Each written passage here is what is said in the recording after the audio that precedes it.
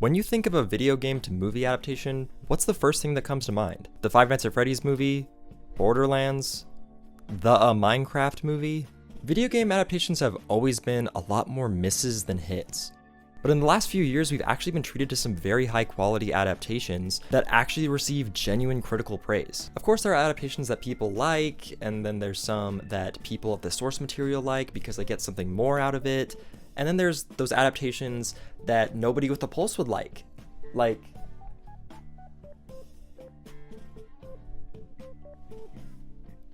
Right, so what made me want to talk about this was the film adaptation of Until Dawn that came out recently. And I feel like this film has genuinely been skipped over when the discussion of video game to film adaptations come around. And after seeing it, I can totally see why. From the first trailer, it was pretty clear that they had zero interest in staying true to the game. An entire cast of new characters, a new setting, and a whole new wrench thrown in of having this hourglass on the wall that gives the film this Groundhog's Day style twist, because of course it does. For those of you that have never played the game before, or at least watched one of those 200 YouTuber Let's Plays of it, I'll give you a quick rundown of the game so I can properly illustrate how weird this is. Until Dawn is one of those games where the choices you make end up influencing how the story plays out. You have a cast of 8 playable characters, and depending on the choices that you make, all of them can live, or all of them can die. All you have to do is survive until dawn. See, that's the name of the game. The basic plot of the game is that a bunch of friends are reuniting up at a cabin in the middle of nowhere. But the last time they all got together there, tragedy struck when 2 of the girls that were there ended up going missing. Those girls being Beth and Hannah.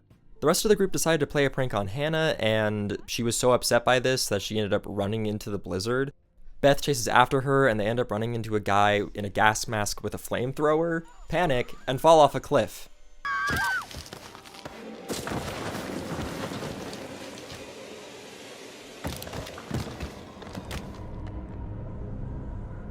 Just girl things. So Josh, the brother of Hannah and Beth, clearly did not have a good night that night.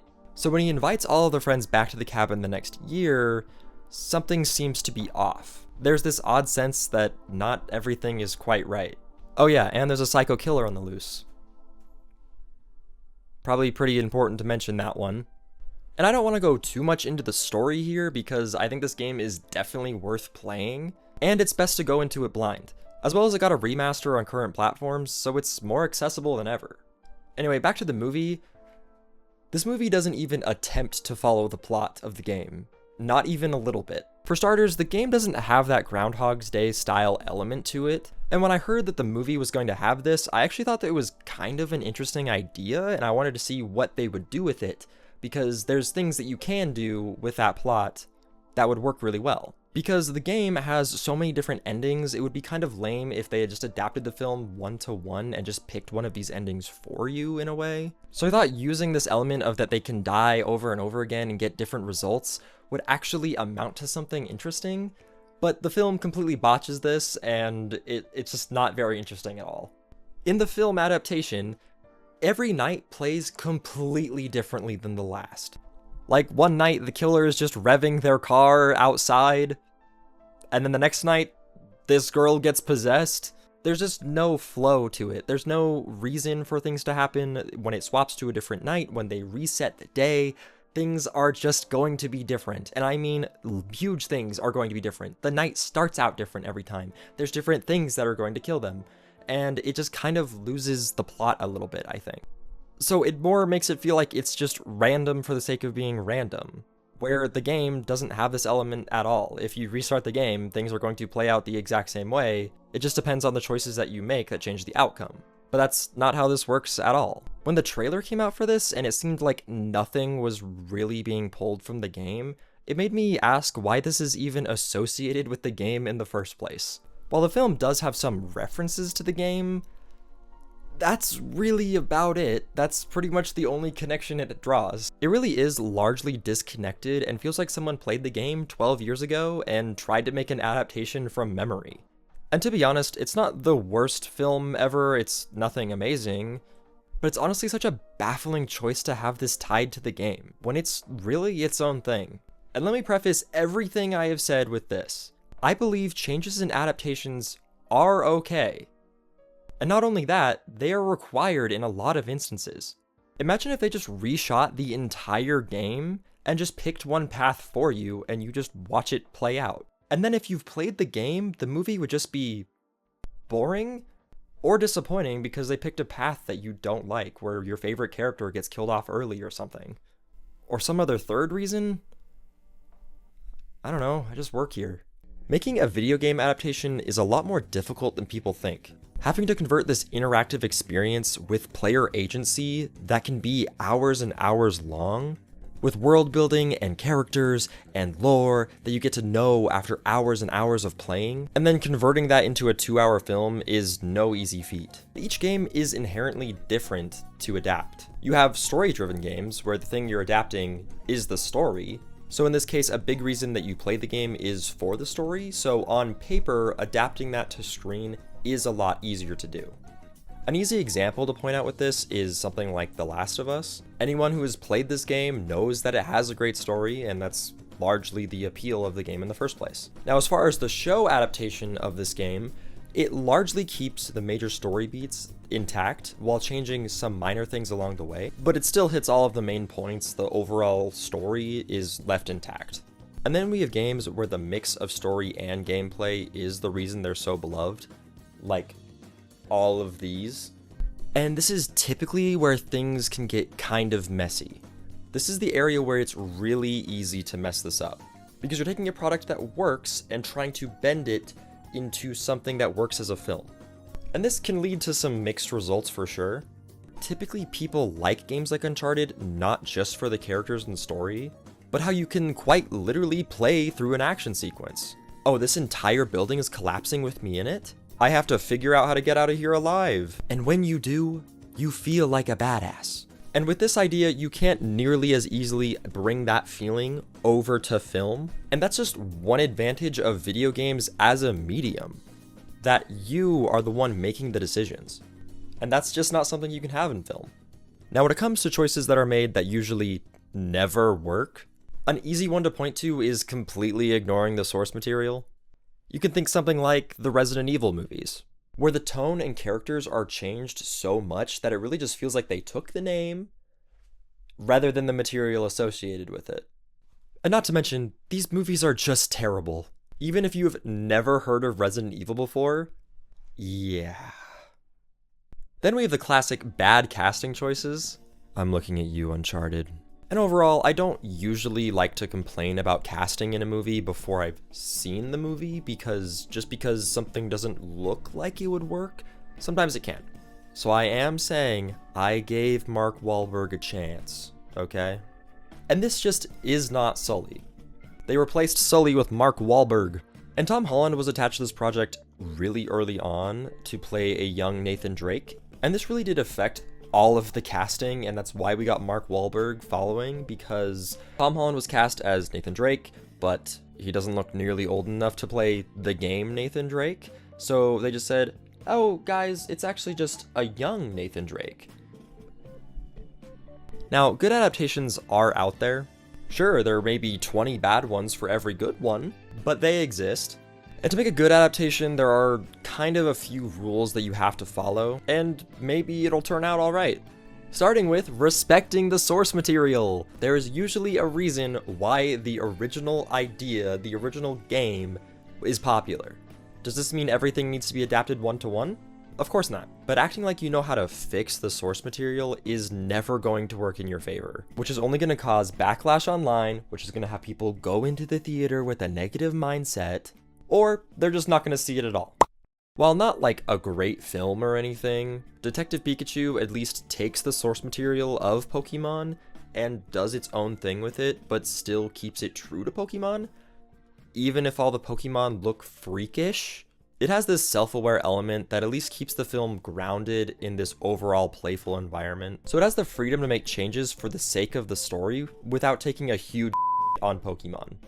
And I can honestly say the same thing for the Sonic movies. They don't take from any game one-to-one, but it has its own adaptation spin that a lot of people seem to have fun with. Even if I'm not one of them. Okay, let's get into the real meat and potatoes of this topic. That being The Last of Us and Arcane. These shows are fantastic, and not just as video game adaptations, but as TV in general. Anyone, regardless of their experience with the games, can and will enjoy these shows. And something that's really important is there is no barrier to entry here. In fact, you could watch both of these shows without even knowing the game that they are based on, and you'll be just fine. And yeah, there might be references to the game somewhere in there, but that's not the point. That's a little cherry on top for the people that do know the games. And this is how you do an adaptation. Arcane didn't just copy League of Legends lore, it expanded it into something emotional and cinematic. Now it seems like every time a video game adaptation is good, there's this sentiment online that the video game curse has finally been broken, because whatever show or movie that came out recently was actually good. But then history repeats itself over and over and over again. And while I don't think the video game to movie curse will ever really end, I think studios in general seem to have a bit of a better idea on how to make projects like this work. What seems to work is taking these bigger projects and then adapting them into a TV show rather than a movie. This gives the project room to breathe, instead of cramming everything down into 2 hours or less in a lot of cases, much like how a 10+ hour game would. It also seems like there's more of an understanding that the original creators understand their story better than anybody else does, and it's also becoming more of a popular idea to collaborate with these original creators when making an adaptation because it makes the final product better. Now, when a CEO sees an adaptation doing well, the first thing they think of is, how can we do that? And this can lead to an oversaturation of products that have no heart or soul behind them. I mean, if you just look up upcoming video game movies, you will get dozens and dozens and dozens of results. This whole thing is a train that will never stop, regardless of how many flops financially or critically we have. There's no escaping them. And what can we do about it? I don't know, only watch the good ones? I know I've gotten through this whole video without really bringing them up yet, but the Mario movie and the Minecraft movie are unfortunate frontrunners in this genre. These films are not good. I mean, the Mario movie was okay at best, but this is ass. But these have raked in billions of dollars. And when a studio sees dollar signs, that's all they care about. We are 100% getting another Mario movie. We are getting another Minecraft movie. It's going to happen. And they'll probably make another $1 billion. All of this to say, no matter what, we are always going to continue to get slop, when we could be truly getting special films that could transcend time. Instead, we get movies that are a trend, that are in the public consciousness for a couple of months or so, and then they get the f*** out of there and don't come back until the sequel comes out. God damn it. At the end of the day, making a video game movie is a balancing act. You need to respect the source material, but also be able to make changes so it better fits the medium. And circling back to the beginning of this, sadly, the Until Dawn adaptation just completely fails in this regard. It feels like it took the name and a couple surface level ideas, but none of what made the game special. And it's a shame because Until Dawn had all of the ingredients for a good horror movie if it was handled right. Hopefully, as we see more successful adaptations coming out, studios will start realizing that video games aren't just trendy brands to slap onto projects. They're fully realized worlds and stories that deserve to be treated with actual care. Because when an adaptation gets it right, they don't just make a good video game movie. They make a good movie, period.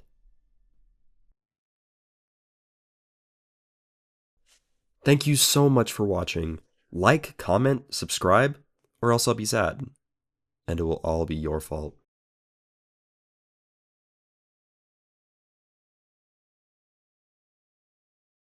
And again, that does not mean everything is just taken 1-to-1.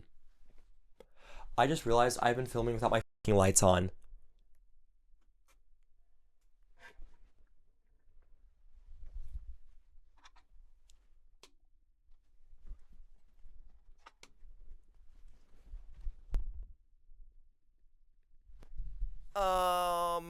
god. I'm gonna fucking shoot myself. I didn't have my fucking lights on.